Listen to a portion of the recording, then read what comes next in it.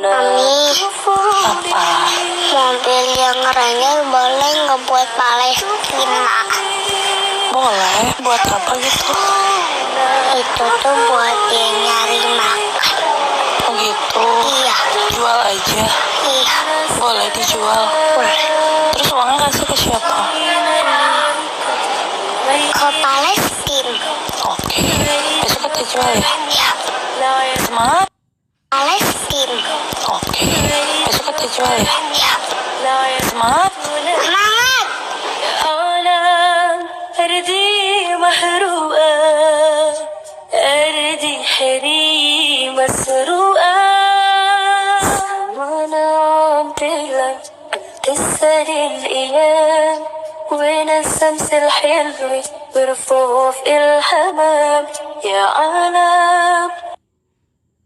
Assalamualaikum warahmatullahi wabarakatuh. Perkenalkan, saya Reza. Bismillahirrahmanirrahim. Semoga Allah meluruskan niat saya dan keluarga. Ini Ford Ranger XLS 2012 modifikasi F150. Insya Allah akan saya lelang dan hasilnya 100% akan didonasikan untuk saudara-saudara kita di Palestina. Saya meminta teman-teman yang melihat video ini tolong bantu share agar video ini tersebar luas sehingga bisa cepat terjual dan dananya dapat disalurkan secepatnya.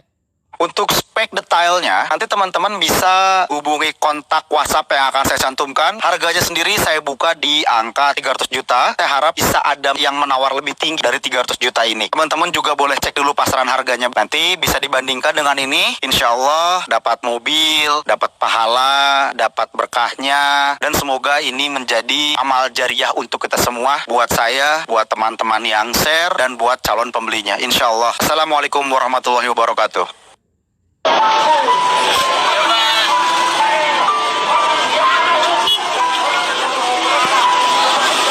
Bapak ntar dulu, Pak.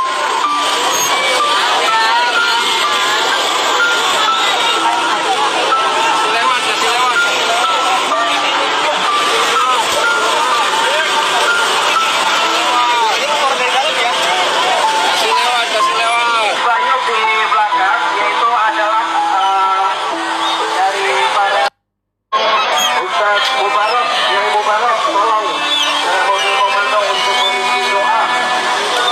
Dari Haji Mubarak, dari Kenalan dulu nih, Bang. Siapa namanya, Bang?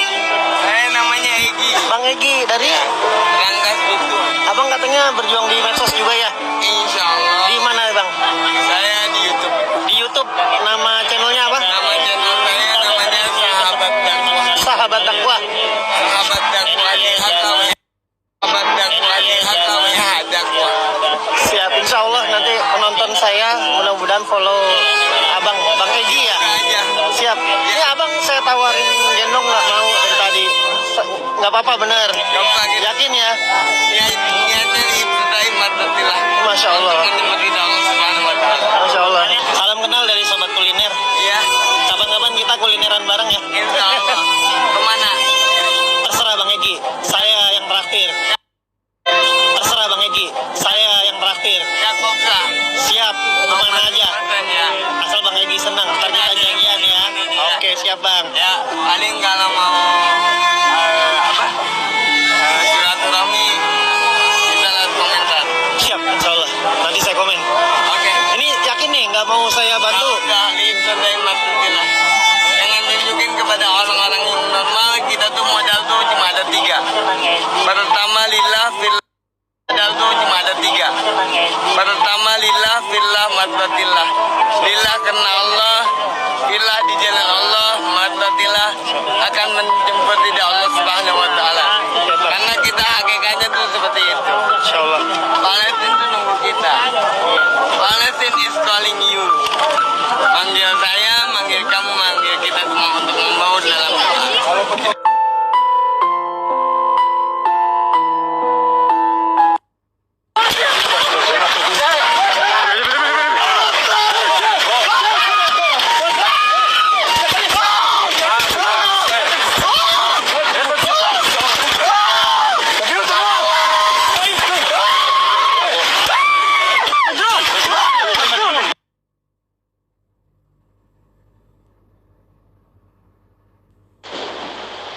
Bismillahirrahmanirrahim. Allahumma salli ala Sayyidina Muhammad wa ala ali Sayyidina Muhammad wa ala ashabi Sayyidina Muhammad wa ala ummati Sayyidina Muhammad walhamdulillahi rabbil alamin adada khalqi wa ridha nafsi wa zinata arshi wa midada kalimati. Insyaallah subhanahu wa ta'ala minal aminin. Puncak perjuangan adalah di Palestina. Penjajahan secara fisik ada di Palestina, dan penjajahan secara mental ada di Indonesia, khususnya sebagai negara muslimin terbesar di dunia ini. Dan mengapa ada kutipan tentang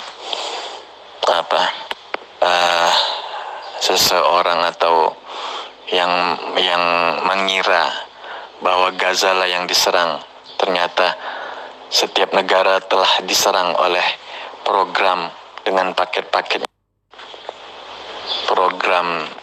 paket-paketnya Zionis Yahudi. Dan kita insya Allah subhanahu wa ta'ala boleh berprasangka buruk dan tidak dosa terhadap mereka, insya Allah. Terus nafsu diri sendiri adalah musuh kita, musuh diri sendiri, musuh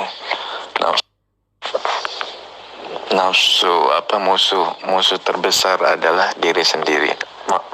Maksudnya nafsu di sini. Tetapi musuh umat manusia, khususnya umat manusia. Mengapa sebagai musuh umat manusia? Sebab Yahudi inilah sumber kerusakan di muka bumi, ada di dalam ayat suci Al-Quran, khususnya di surah Al-Baqarah, melakukan kerusakan. Mengapa sebagai musuh terbesar secara jamak Yahudi ini musuh terbesar umat manusia? Kenapa? Coba pikir, dari zamannya Nabi Yusuf alaihissalam, putra Nabi Yakub dan cucu terbaik Nabi Ibrahim alaihissalam, sampai sekarang masih ada Yahudi. Tahukah kiranya bangsa Yahudi itu dari seorang putra Nabi Yakub alaihissalam, dari ibunya itu istri ketiga insya Allah, dari 12 bersaudara. Ini panjang ini kalau cerita begini nih, panjang cerita. Singkat cerita, ibunya Yahudi ini pembantunya dari ibunda Sayyidatuna Rahil alaihassalam, istri pertama Nabi Yakub alaihissalam, ibunda Nabi Yusuf alaihissalam, dan Bunyamin adik Nabi Yusuf alaihissalam. Lalu kalau dilihat dari sejarah, ada pemahaman Al-Fakir pribadi dan Al-Fakir tidak meneliti,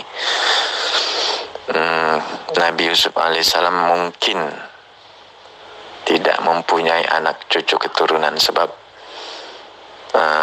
istri beliau sangat jauh lebih tua, bahkan yang mengasuh beliau saat masih kecil, Sayyidatuna Zulaikha alaihassalam. Yang pemahaman Al-Fakir, mengapa beliau seperti itu? Sebab mimpi di saat masa gadisnya Sayyidatuna Zulaikha alaihissalam telah dimimpikan Allah subhanahu wa ta'ala, didatangi seorang pemuda yang sangat tampan di zamannya.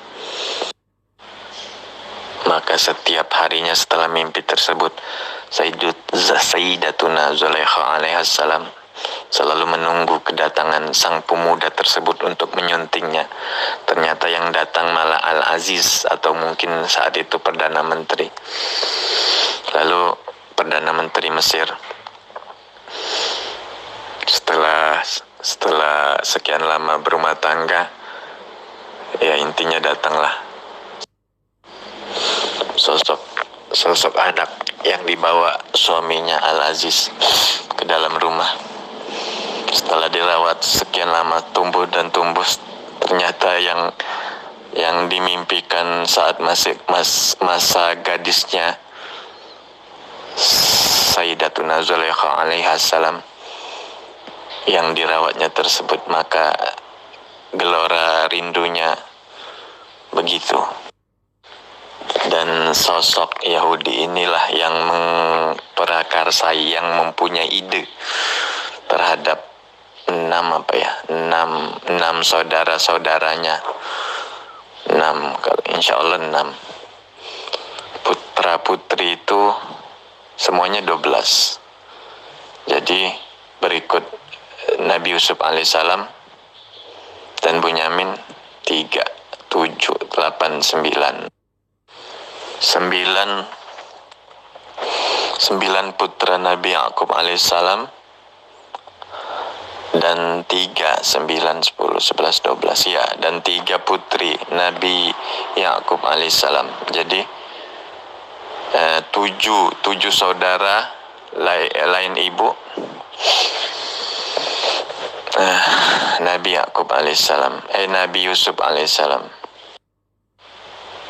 Jadi Nabi Yusuf alaihissalam itu dari istri pertama Nabi Yakub alaihissalam, tetapi kelahirannya insya Allah yang ke-11 ya, insya Allah yang ke-11 anak. Sebab Sayyidatuna Rahil alaiha salam tidak kunjung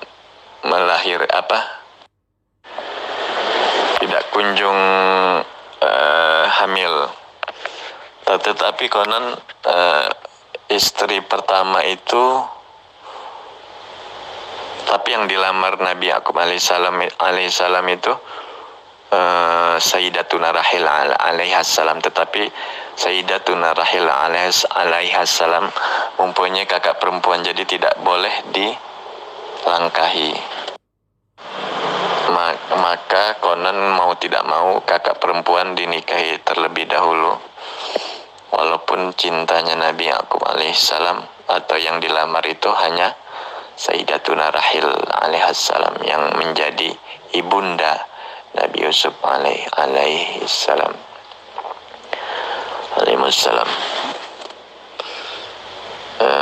Intinya wafat Sayyidatuna Rahil alaihassalam itu wafat setelah melahirkan Bunyamin, adik kandung Nabi Yusuf alaihissalam. Jadi di dalam ayat suci Al-Quran insyaallah subhanahu wa ta'ala yang disebut ibu itu ya kakak atau bibinya. Jadi insyaallah jangan salah tafsir dalam mentafsirkan. Maka intinya insyaallah subhanahu wa ta'ala program Yahudi atau makar. A'udzubillahi minasyaitonirrajim. Bismillahirrahmanirrahim. Wa makaru wa makarallah innallahu khairul makirin. Shadaqallahul azim. Mereka mempunyai makar, tetapi Allah sebaik-baik yang memiliki makar. Dan memang yang diserang dan memang yang tidak diserang itu nggak bisa digempur, itu hanya Gaza ternyata. Dan itu memang kenyataan. Intinya kalau memang mau merdeka sejak dulu itu dari Arab Saudi, tapi karena Arab Saudi sudah dimasuki paham Wahabi dan Saudi itu konon masih ada keturunan Yahudi, dan mereka mengambil seorang pemuda yang bernama Muhammad bin Abdul Wahab atau yang dikenal sebagai Wahabi. Konon dari 1700 atau 1800-an. Coba, lama banget program mereka. Maka perpecahan itu tidak tidak serta-merta dari orang-orang kafir, melainkan dari dalam. Penyakit dalam dihancurkan dari dalam. Sesama muslim bertengkar, tidak bertoleransi, tetapi bisa bertoleransi antar umat beragama, tetapi belum bisa bertoleransi sesama umat seagama. Mengapa saya pribadi, al-fakir ilallah, si pendosa, hina, dhaif, al-fakir pribadi dalam segala hal ini, al-fakir ilallah pribadi dalam segala hal ini, mengatakan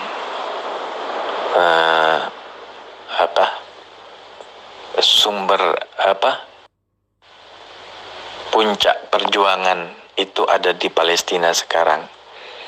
Dan dulu lihat bagaimana Indonesia sampai bisa dijajah selama 350 tahun lamanya, kalau bukan adu domba politik. Intinya begitu. Kalau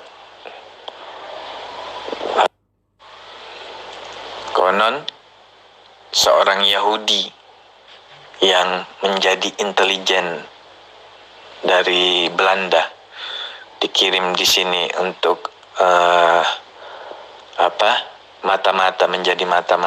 menjadi pura-pura masuk Islam. Siapakah itu? Apa yang menjadi apa yang dia kirim pesan ke Belanda sebelum menjajah ke Indonesia, ke pemerintah Belanda sebelum menjajah ke Indonesia?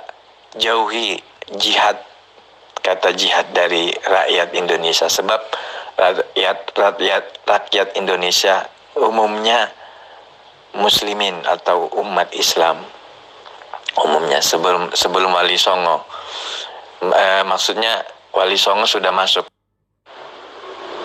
jadi syiar dakwah Islam sudah menyebar, sebab Wali Songo di Pulau Jawa khususnya.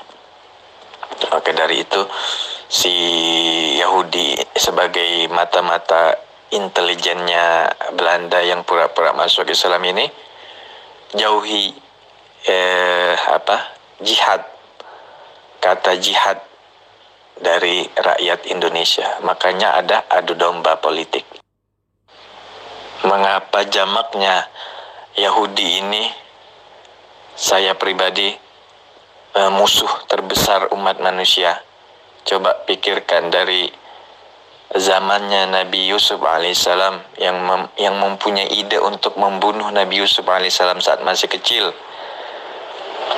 Lalu dari 6 saudaranya berkata, jangan, kita buang saja ke sumur. Sampai sekarang, dan 2 nabi alaihimussalam, Nabi Daud alaihimussalam yang diturunkan kitab Zabur, dan Nabi Isa alaihissalam yang diturunkan kitab Injil, mengutuk kaum Yahudi, kaum Yahudi.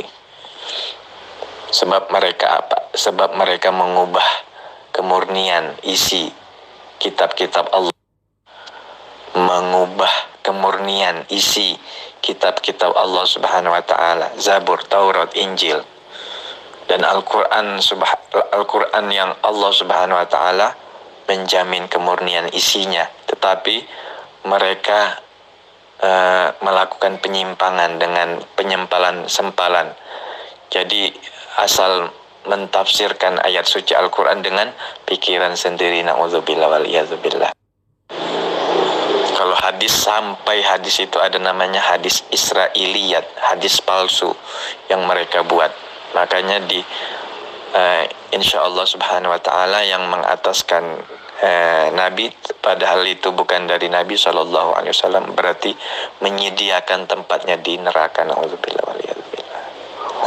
Allahumma ajirna minan, Allahumma ajirna. Intinya begitu. Yahudi adalah musuh seluruh umat manusia, sebab mereka yang sampai adanya umat Nasrani sebab Yahudi. Bahkan mereka mempunyai kitab, saking pinternya itu mempunyai kitab kitab sendiri, Talmud namanya. Mazhabnya talbis, na'udzubillah. Tahukah kita bahwa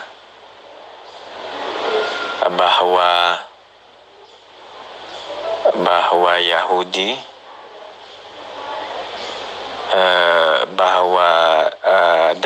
Dajjal itu adalah Samiri di zamannya Nabi Musa alaihissalam yang membuat patung emas.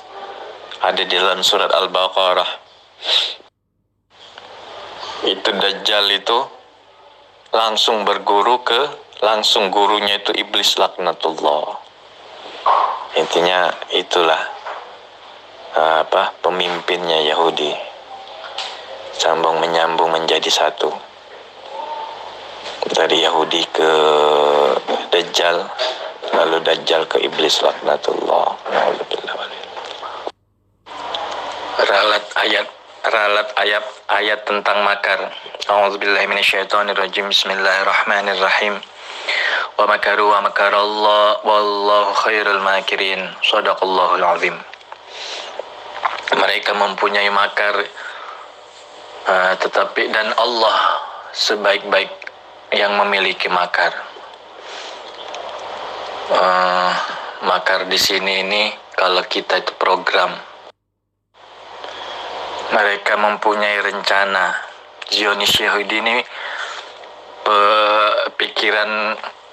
memiliki pikiran kerdil, walaupun pinternya minta ampun. Pikiran kerdil mereka itu dari penyakit dengkinya yang diikuti dan diwarisi.